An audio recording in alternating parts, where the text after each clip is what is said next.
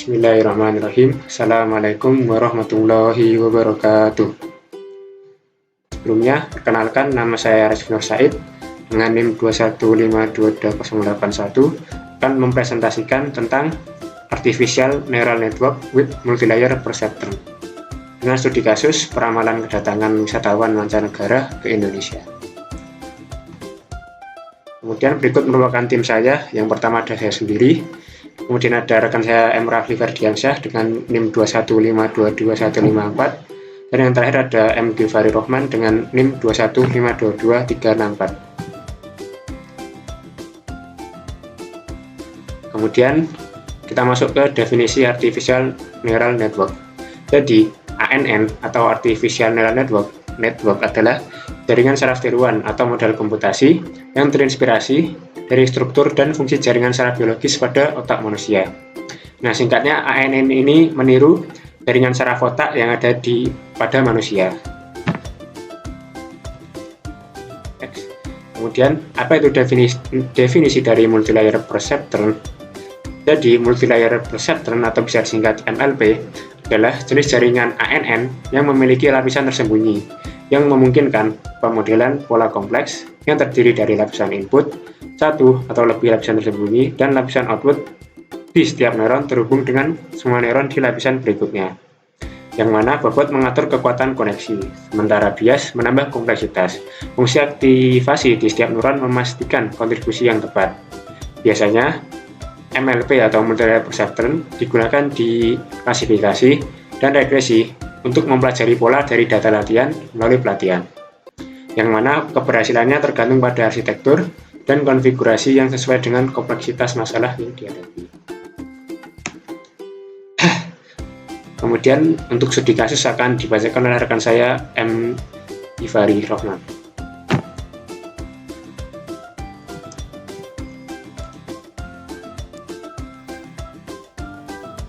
Baik, untuk selanjutnya kita akan masuk pada studi kasus dari Multilayer Perceptron yang telah diambil dari sebuah jurnal dengan latar belakang permasalahan sebagai berikut.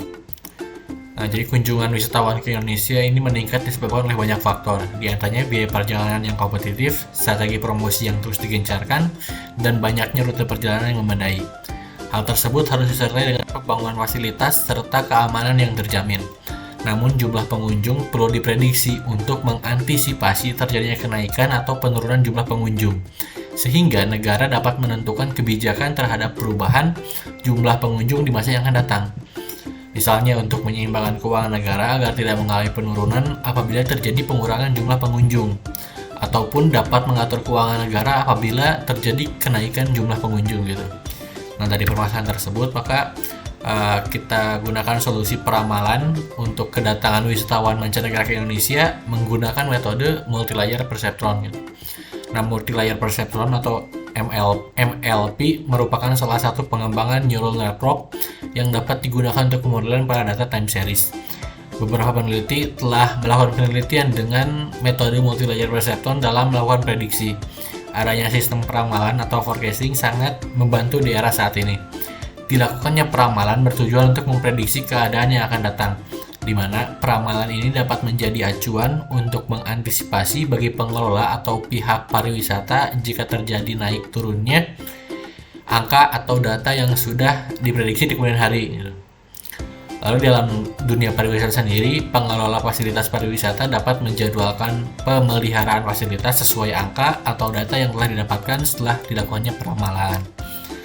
Nah, untuk melakukan peramalan ini dari jurnal tersebut kita mendapatkan variabel independen sebagai variabel yang akan mempengaruhi variabel lainnya. Di dalam variabel independen ini ada data pengunjung 2019, 2020, 2021, dan 2022. Lalu selanjutnya ada variabel dependen, yaitu variabel yang akan dipengaruhi oleh variabel independen, yakni target pengunjung gitu, berdasarkan variabel independennya. Oke, lalu selanjutnya adalah sesi pemrograman dari Python menggunakan software Jupyter. Baik, untuk selanjutnya kita akan masuk pada sesi pemrograman. Hal pertama yang perlu kita lakukan adalah mengimport library. pada kali ini library yang digunakan ada 2 library, yaitu library NumPy dan library Pandas. Untuk yang pertama kita mengetik import NumPy snp. S ini digunakan sebagai shortcut untuk kedepannya gitu. Lalu yang kedua ada import Pandas spd. Setelah kita mengimport library, lalu kita akan load data atau masukkan data. Yang pertama kita lakukan untuk masukkan data adalah data sama dengan pd.read_csv dalam kurung data wisatawan.csv. Nah, setelah kita masukkan datanya pada tahapan ini, kita akan mencoba menampilkan datanya menggunakan data.head tanda kurung tutup kurung. Nah, ini muncul data yang telah dimasukkan. Sebagian datanya telah muncul gitu. Nah, lalu setelah datanya muncul, kita akan menggunakan data.info untuk mengecek kondisi data yang telah kita masukkan gitu.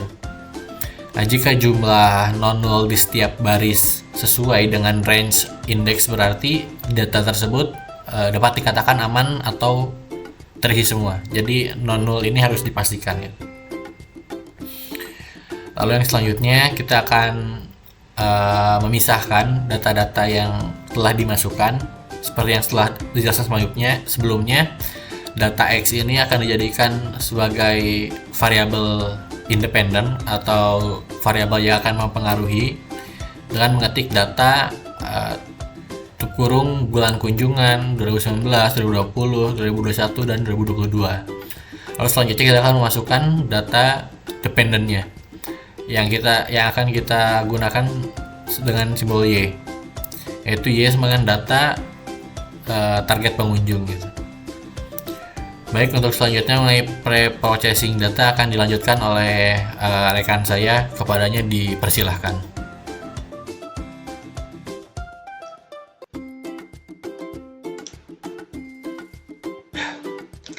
Baik, kemudian untuk langkah selanjutnya yaitu pre-processing data. Untuk langkah pertama yang teman-teman harus lakukan yaitu mengetik query pip install skidget strip learn. Kemudian teman-teman bisa run dan teman-teman akan mendapatkan hasil seperti di bawah ini, Requirement Analysis Certified. Dan jika tidak ada error, teman-teman bisa lanjut ke query selanjutnya, yaitu teman-teman bisa ketik from sklearn import pre-processing. Nah, kemudian teman-teman bisa run aja, dan jika tidak ada error, teman-teman bisa lanjut ketikkan query LE sama dengan pre-processing titik label encoder buka kurung tutup kurung. Untuk besar kecilnya jangan lupa diperhatikan teman-teman, kemudian klik run saja. Kemudian yang terakhir, jika teman-teman ingin mengecek variabel independen, teman-teman bisa ketik query x.head buka kurung tutup kurung. Nah, maka jika di run, maka hasilnya bisa terlihat seperti bawah ini. Nah, untuk langkah selanjutnya yaitu split dataset. Di langkah ini teman-teman akan membagi data menjadi 2 data. Yang pertama itu ada training data, dan yang kedua itu ada testing data. Nah, cara membaginya yaitu dengan cara mengetik query from sklearn.model underscore selection import train underscore test underscore split. Kemudian klik run saja, dan kemudian untuk query selanjutnya yaitu ketikkan x underscore train, x underscore test, y underscore train, y underscore test sama dengan train underscore test underscore split buka kurung tutup kurung x, y, test underscore size sama dengan 0,3, random underscore state 42, di mana test size itu sebesar 0,3 dan random state sebesar 42. Kemudian untuk langkah selanjutnya akan dilanjutkan rekan saya Muhammad Rapli Ferdiansyah. Baik, untuk selanjutnya yaitu kita akan melakukan klasifikasi data pada model. Caranya yaitu dengan memasukkan query from sklearn network dengan mengimport MLPC classifier. Selanjutnya yaitu terdapat CLF MLPC classifier hidden layer size 4, adapun 4 adalah jumlah variabel atau atribut yang kita gunakan dalam model, dan 5 merupakan hidden layer yang kita gunakan Lalu ada random state sama dengan 5, verbose sama dengan true, dan learning rate init sama dengan 0,01. Dan untuk menampilkan iterasi, dilakukan klik clf fit extrain train. Baiklah, di sini saya akan sedikit menjelaskan terkait dengan iterasi. Sebuah multilayer perceptron yang sedang meminimalkan nilai fungsi kerugian sepanjang iterasi. Di sini terdapat iterasi adalah menunjukkan satu siklus pelatihan di mana model melihat seluruh set data pelatihan satu kali. Model diperbarui pada setiap iterasi untuk meminimalkan fungsi dari kerugian atau loss. Yang kedua yaitu ada loss. Loss adalah fungsi kerugian adalah metrik yang mengukur seberapa baik atau buruk kinerja model pada saat digunakan atau pelatihan. Tujuan pelatihan ini yaitu adalah meminimalkan nilai fungsi pada kerugian ini. Selanjutnya yaitu apabila dilihat terjadi penurunan terhadap nilai loss. Secara umum, tujuan untuk pelatihan adalah mencapai penurunan nilai fungsi kerugian seiring dengan berjalannya waktu. Bisa dilihat pada saat ini iterasi 1 yaitu senilai 0,0074 dan pada iterasi 12 yaitu 0,005. Pada akhirnya akan terjadi konvergensi. Konvergensi adalah ketika loss turun dan dianggap mencapai tingkat terkecil dan tidak ada penurunan yang signifikan lagi, dan dianggap bahwa si nilai iterasi itu tidak banyak berubah setelah itu. Untuk selanjutnya yaitu terdapat make prediction. Pada make prediction ini kita akan melakukan prediksi atau keakuratan dari model yang telah dibuat untuk memastikan apakah model matematika yang telah dibuat dapat digunakan untuk melakukan peramalan. Nah, caranya yaitu dengan menekan ypred sama dengan clf .predict dalam kurung xtest. Selanjutnya yaitu terdapat ypred array dan akan muncul output yaitu array atau garis dari data yang digunakan dengan tipenya integer 64. Lalu untuk menampilkan prediksi kita akan mengeklik from scalar matrix import accuracy score. Nah, fungsi dari ini yaitu untuk mengukur akurasi dari suatu model klasifikasi. Nah, dalam konteks klasifikasi, akurasi dihitung dengan membandingkan prediksi model terhadap label yang sebenarnya pada suatu dataset. Lalu pada akhir, untuk menampilkan nilai akurasi, kita mengetik inquiry yaitu akurasi score dalam kurung ytest, ypred. Pada hal ini, dia akan muncul 1,0 atau model yang akan digunakan yaitu akurat 100%. Dikarenakan jumlah ini sudah sangat maksimal, maka diasumsikan bahwa model yang telah dibuat sebelumnya dapat melakukan forecasting atau peramalan dari jumlah wisatawan yang akan digunakan pada peramalan-peramalan. Dan pada model ini juga dapat diasumsikan bahwa model ini dapat menentukan berapa persen akurasi atau berapa persen kemungkinan target wisatawan itu sesuai dengan target. Mungkin itu saja, dan selanjutnya untuk kesimpulan dan saran akan disampaikan oleh teman saya. Kemudian di slide selanjutnya kita akan membahas kesimpulan dan saran. Terdapat dua kesimpulan dan saran. Yang pertama, meskipun hasil prediksi model menunjukkan akurasi sebesar 100%, penting untuk diingat bahwa akurasi sempurna tidak selalu mencerminkan kinerja model yang baik secara umum.